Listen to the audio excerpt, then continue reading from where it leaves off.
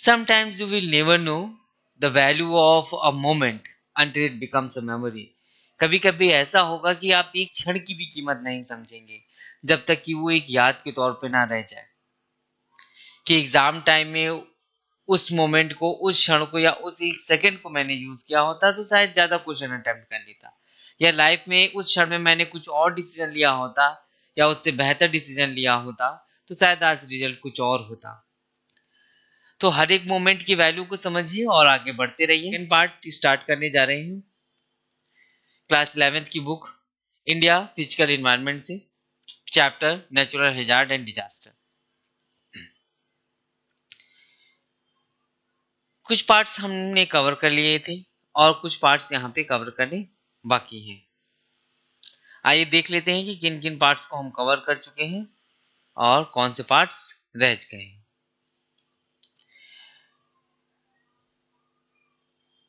Condition of emergence of tropical cyclone ये discuss हो चुका है। इससे आगे की कंडीशन को अब हम यहाँ पे समझेंगे। स्ट्रक्चर ऑफ ट्रॉपिकल साइक्लोन भी हम लोग डिस्कस कर चुके हैं, एक बार रिवाइज कर लेते हैं। जैसे कि ट्रॉपिकल साइक्लोन के बारे में ये क्या कह रहे हैं, the centre of the cyclone is mostly a warm and low pressure. जो साइक्लोन का सेंटर होता है वो गर्म होगा और वहां पे प्रेशर लो होगा। स्वाभाविक सी बात है, अगर गर्म होगा तो जो एयर है वो एक्सपेंड करेगी तो प्रेशर उसका कम हो जाएगा। ठीक है। Cloudless core known as eye of storm. जहां पे क्लाउडलेस मीन्स ये कोर में सेंटर पे आप कह सकते हैं कि यहाँ पे बादल नहीं होंगे, मगर यहाँ पे आपको इसके साइड पे यहाँ पे आपको क्लाउड देखने को मिल जाएंगे। ठीक है। किस टाइप के क्लाउड्स मिलेंगे, दिखेंगे, या आप मुझे कमेंट बॉक्स में बताएं। यहाँ पे ये आपको आई देखने को मिल जाएंगे। ठीक है। जनरली जो आइसोबार है जहां पे साइक्लोन बनते हैं उस जगह पे आपको जो आइसोबार्स हैं वो काफी करीब करीब दिखेंगे, मीन्स पास पास लाइन दिखेंगे। आई होप आपको आइसोबार्स मालूम होंगे। आइसोबार वो लाइनें होती हैं जो कि जिन जिन एरियाज में प्रेशर इक्वल होता है, मीन सपोज दैट यहाँ पे 14 है, यहाँ पर 14 है, यहाँ पर 14 है इस पॉइंट पे, तो इन पॉइंट को मिलाने वाली रेखा को, लाइन को हम आइसोबार्स कहते हैं। ठीक है। closely placed to each other showing high pressure gradient. Okay, high pressure gradient को शो करेंगे। नॉर्मली आपको 14 टू 70 MB मिली बार पर 100 किलोमीटर पे मिल जाएगा इतना प्रेशर, मगर कभी कभी ऐसा होगा कि आपको पर 100 किलोमीटर में 60 MB के आसपास प्रेशर मिल जाएगा। ठीक है। Expansion of wind belt is about 10 to 150 kilometre from the centre. Centre से लेकर आपको हो सकता है कि जो विंड की बेल्ट है, ठीक है, वो आपको 10 से 150 किलोमीटर तक देखने को मिल सकती है। ठीक है, कि इतने एरिया को वो अफेक्ट करेगी। Spatio temporal distribution of tropical cyclone in India. जो डिस्ट्रीब्यूशन है ट्रॉपिकल साइक्लोन का इंडिया में, उसके बारे में जरा समझ लेते हैं। आप जानते हैं कि पेनिनसुलर शेप है, surrounded by bay of Bengal in east और Arabian sea in the west. ये देख सकते हैं यहाँ पे। ठीक है, यहाँ पे बे ऑफ बंगाल और यहाँ पे अरेबियन सी, ये पेनिनसुला है। ठीक। अच्छा, आगे देखते हैं। जो ट्रॉपिकल साइक्लोन इंडिया में ओरिजिनेट होते हैं in these two important location, इन दो महत्वपूर्ण जगहों पर ज्यादा होंगे, अरेबियन सी में और दूसरा बे ऑफ बंगाल में। ओके। जो ज्यादातर साइक्लोन ओरिजिनेट होते हैं वो आपको 10 टू 15 डिग्री नॉर्थ लैटिट्यूड, और कब, मानसून के दौरान। Okay, 10 to 15 north latitude during the monsoon season. Yet in a case of Bay of Bengal, cyclone mostly developed during the month of October and November. इस समय बरसात आपको retreating monsoon का इस जगह पे होगा काफी इफेक्ट। ठीक है, जब रिट्रीट कर रहा होगा, वापस आ रहा होगा, तो उस समय यहाँ पे आपको कई साइक्लोन देखने को मिल जाएंगे। अभी हाल में ही कई साइक्लोन आए हैं जो यहाँ बे ऑफ बंगाल से ओरिजिनेट हुए। ठीक है, जब आपको तमिलनाडु में ज्यादा बरसात देखने को मिली। ठीक है, तो न्यूज से अपडेट रहेंगे आप। They originate between 16 to 2 degree north latitude and to west 92 degree east. By July, the place of origin of these storms shift to around 80 degree north latitude. Generally होता क्या है कि 16 टू 2 डिग्री नॉर्थ लैटिट्यूड तक और east जो 82 92 degree east, ठीक है। इस तरीके से ये 88 है, ये 92 यहां से नहीं, ठीक। और क्या कह रहे हैं, 16 टू 2 या 16 टू 20 आप कह सकते हैं ये, और यहाँ पे कहीं पे 18 डिग्री के आसपास होगा, ठीक। यहाँ पे आप देख सकते हैं ओरिजिन,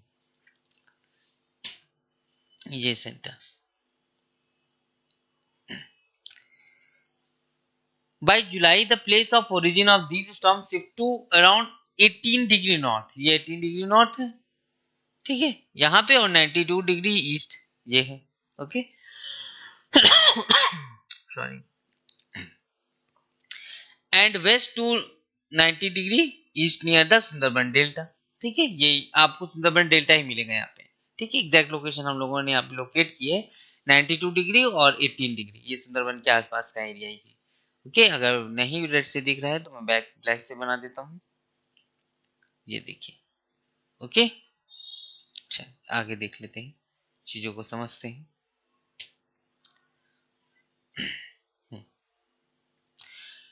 ट्रॉपिकल साइक्लोन का ओरिजिन हमने समझ लिया, किस तरीके से विस्तारित होता है ये समझ लिया। अब बात आती है उसके कॉन्सिक्वेंसेस की, कि प्रभाव क्या डालता है ये, okay. The increase in distance from the sea, जैसे जैसे ये सी से दूर जाता है, the force of cyclone decrease. हम लोग पहले भी कई बार डिस्कस कर चुके हैं कि जैसे जैसे अगर सपोज ये पेनिनसुलर इंडिया है, यहाँ पे ओरिजिनेट हुआ, ठीक है, इस तरीके से ओरिजिनेट हुआ और आगे की तरफ बढ़ता गया, जब आगे की तरफ बढ़ता गया यहाँ पे पहुंचा, ठीक है, तो हुआ क्या, the force of cyclone decrease, क्यों, सी से इसकी डिस्टेंस इंक्रीज हो गई, ठीक है, चाहे वो बे ऑफ बंगाल से उठाओ चाहे अरेबियन सी से उठाओ, ओके। जो कोस्टल एरियाज हैं are often struck by the severe cyclone, भाई स्टार्टिंग में है, शुरुआत के समय में है साइक्लोन, तो ज्यादा इंपैक्ट डालेगा जो भी उसके सामने पहले आएगा, ठीक है।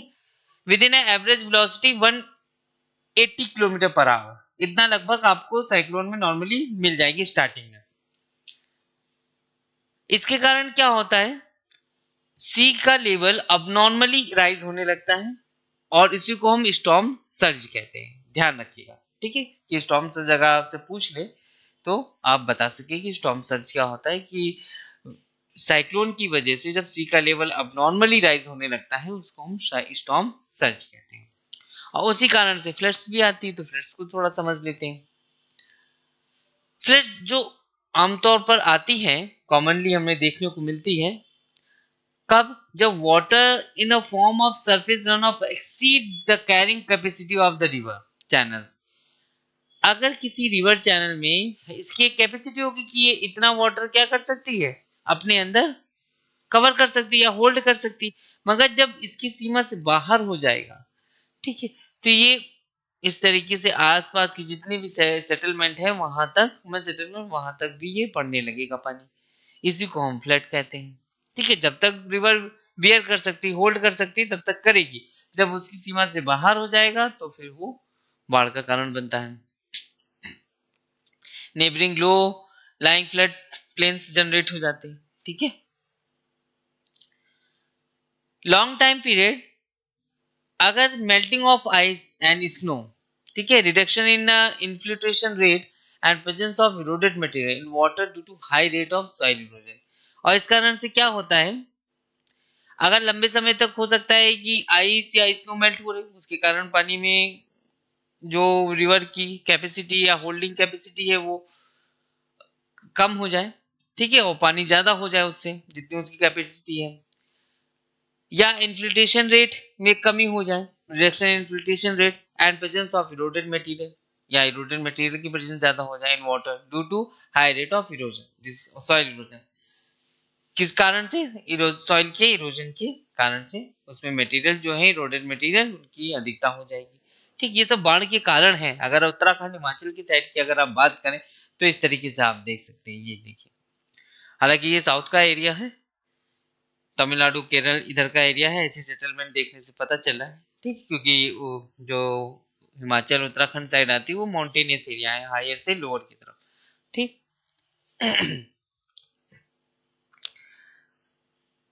ह्यूमन बींग्स एक काफी बड़ा महत्वपूर्ण रोल निभाते हैं in the genesis as well as the spread of flood, ठीक है। जो फ्लड का स्प्रेड हो रहा है उसके लिए ह्यूमन बींग्स बहुत बड़ा रोल निभाते हैं। कैसे? Indiscriminate deforestation, unscientific agriculture practices, disturbance along the natural drainage channel, and colonization of the floodplains and riverbeds. Deforestation करना, agriculture unscientifically practice करना, और disturbance along the natural drainage of the channel. जो natural drainage of channel है उसमें disturbance लाना, जैसे कि dam बना देना, ठीक है, आसपास के ह्यूमन सेटलमेंट को और बढ़ा देना जहां पे रिवर फ्लो हो रही है, ठीक। और जो फ्लड प्लेन्स एरिया है वहां पे कोलोनाइजेशन स्टार्ट कर देना। तो ऐसी जगहों पे अगर इस तरीके के इंटरफेरेंस होते रहेंगे तो स्वाभाविक है बाढ़ आएगी। ओके, कुछ हम लोग देख लेते हैं कि एरिया फिक्स्ड है जहां पे बाढ़ आती ही है।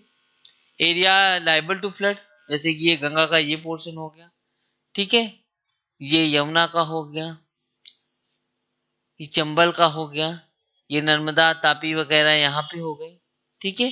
तो ये सब कुछ एरिया है, ये सुंदरबन के आसपास का एरिया है, महानदी है ये, ठीक। तो ये ऐसे क्षेत्र हैं, ब्रह्मपुत्र का रीजन हो गया जहां पर मानसून के समय पे बाढ़ आती ही आती है, ठीक है। ये एरिया कुछ फिक्स्ड है। तो अगर आप इसकी इमेज दिमाग में बैठा लेंगे तो ये आपको हेल्प करेंगे काफी कि मानसून के समय में जो फ्लड एरियाज होते हैं वो कौन कौन से स्पेसिफिकली होते हैं। ओके, और ये भी जरा मुझे कमेंट करके बताइए कि ये जो फ्लड एरिया यहाँ पे मैं दिखा रहा हूँ क्या आप इसी के आसपास की किसी जगहों पे रहते हैं, ठीक है। तो आपको और क्लैरिटी हो जाएगी और बता सकेंगे कि आपकी वहां पे बाढ़ क्यों आती है, उसका ह्यूमन से क्या लेना देना है, क्या कारण है कि जिसकी वजह से बाढ़ उन क्षेत्रों में ज्यादा आती है और उसके इम्पैक्ट क्या पड़ते हैं, और प्लस सोल्यूशन भी कि आप सोल्यूशन क्या दे सकते हैं कि इसका कैसे, क्योंकि आप उस जगह से रिलेट कर रहे हैं, आपको मालूम है कि बेसिक सोल्यूशन क्या निकाले जा सकते हैं, तो मुझे कमेंट सेक्शन में जरूर बताइए। एंड वन मोर थिंग, ये जितनी भी आप पीडीएफ यहाँ पे पढ़ रहे हैं, डिस्कशन हो रहा है, ये सब आप माई बुकलो ऐप से डाउनलोड कर सकते हैं। अगर वहां पे भी नहीं मिलती है बाई चांस आपको, तो आप हर एक वीडियो के डिस्क्रिप्शन बॉक्स में मेरे प्रोफाइल का लिंक दिया हुआ है, वहां से आप मांग सकते हैं। Okay, and please like share and subscribe the channel.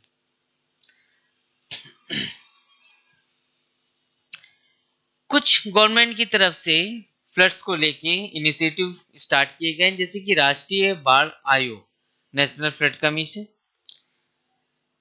उसने करीब 40 मिलियन हेक्टेयर आइडेंटिफाइड की है जिसको फ्लड प्रोन एरिया डिक्लेयर किया गया है। ओके, कॉन्सिक्वेंसेस क्या होते हैं और कंट्रोल कैसे की जा सकती है फ्लड।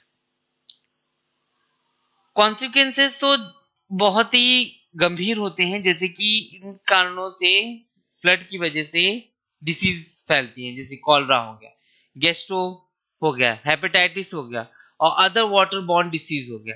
तो ये तो सबसे मीन्स जैसे ही बाढ़ का पानी सूखने लगता है वैसे इस तरीके से बीमारियां बढ़ने लगती हैं, ठीक है, क्योंकि उतनी तेजी से नहीं सूख पाता और वहां पे मच्छर और बैक्टीरियाज वगैरह ये सब पनपने लगते हैं, ठीक है।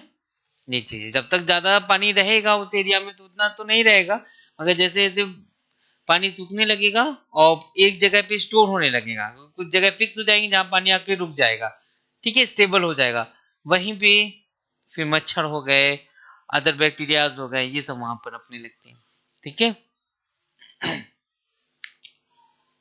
वैसे भी floods also make a few positive contribution, जैसे पॉजिटिव कंट्रीब्यूशन भी है इसके, आपने बहुत जगहों पे 80-90% नेगेटिव कॉन्सिक्वेंसेस सुने होंगे, यहाँ पे पॉजिटिव कॉन्सिक्वेंसेस भी बताए जा रहे हैं, जरा ध्यान दीजिएगा उन पे। हर एक साल flood deposit a fertile silt over the agriculture field. क्या होता है, जिन एग्रीकल्चर में फ्लड आती है तो वो अपने साथ फर्टाइल सिल्ट लेके आती है, तो हमें एक्स्ट्रा एफर्ट नहीं करने पड़ते जमीन को उपजाऊ बनाने के लिए। ठीक है, ध्यान रखिएगा। जैसे कि माजुली है आसाम में, the largest riverine island in the world is the best example of good paddy crops. क्यों? क्योंकि हर साल इस क्षेत्र में बाढ़ आती है, वो अपने साथ सिल्ट लेके आती है फर्टाइल। ठीक।